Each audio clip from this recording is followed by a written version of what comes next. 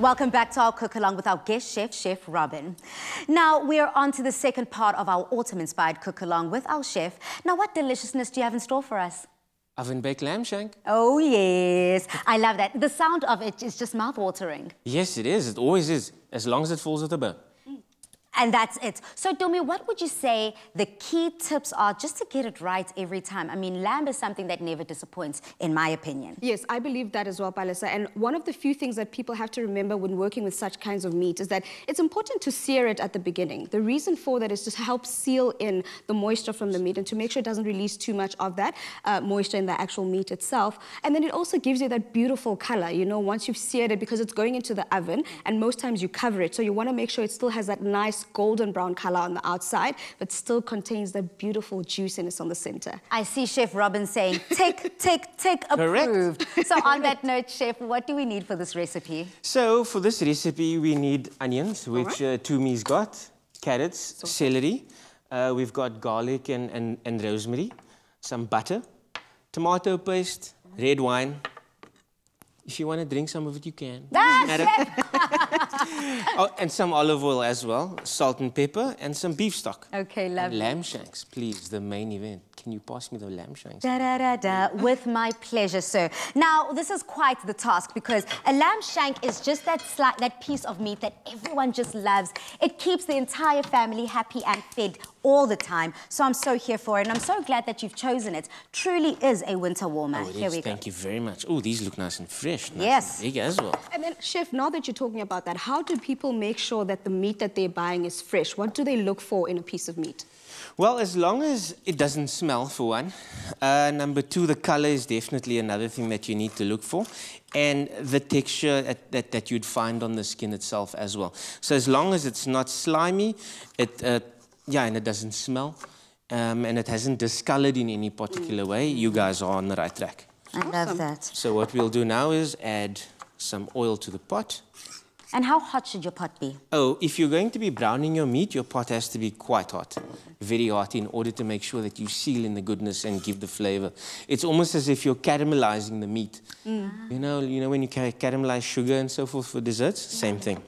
Beautiful. And just to go along with our delicious lamb shank, I am making delicious mashed potato. Now, I'm a huge fan of mashed potato. I've got a funny story, though, of how I learned to whip up the perfect mashed potato. Do we have time for that, Dumi? Oh, no, we've got time, girl. Go into it. Sure we do. So, in high school, I had braces. Yep, I was a brace face, and I loved it. I was quite proud of my braces. But every time I went to go get my braces tightened, boy, did it hurt. And I did not want to eat anything hard, but there's only so much yogurt. There's only so much, you know, sweet things that one can eat. And I was always craving something savory. So I said, you know what?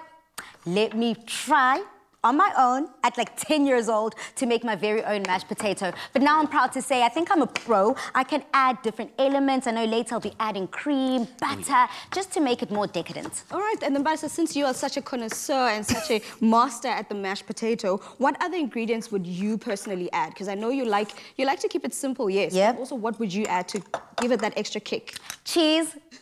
Obvious. I'll definitely add some cheese. I love myself some cheese.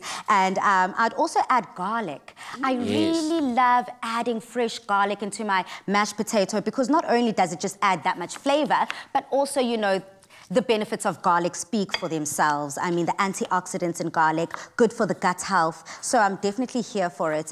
So yeah, that's what I would do. I mean, Chef, does my recipe give your stamp of approval? Oh, definitely. I love that. How far are you with the lamb shank? We're just waiting on the pot to get nice and warm. It's nearly ready. And while you're doing that, Chef, we're getting the mirepoix ready, right? Yes. Which is the celery, the onions, and the carrot. And so mirepoix is a French terminology for basically a walnut-sized vegetable. So that's what it would be and what it actually means and translates to. We've got mise en place that is going, which means put in place. So we're preparing everything before we get the final product. So that's what we're all doing. I'm here for it. Cutting of potatoes, cutting of celery, garlic, and of the carrots as well. Awesome stuff. And as we are chopping, I mean, what I like to do, because I'm lazy and everyone knows that I've got zero upper body strength.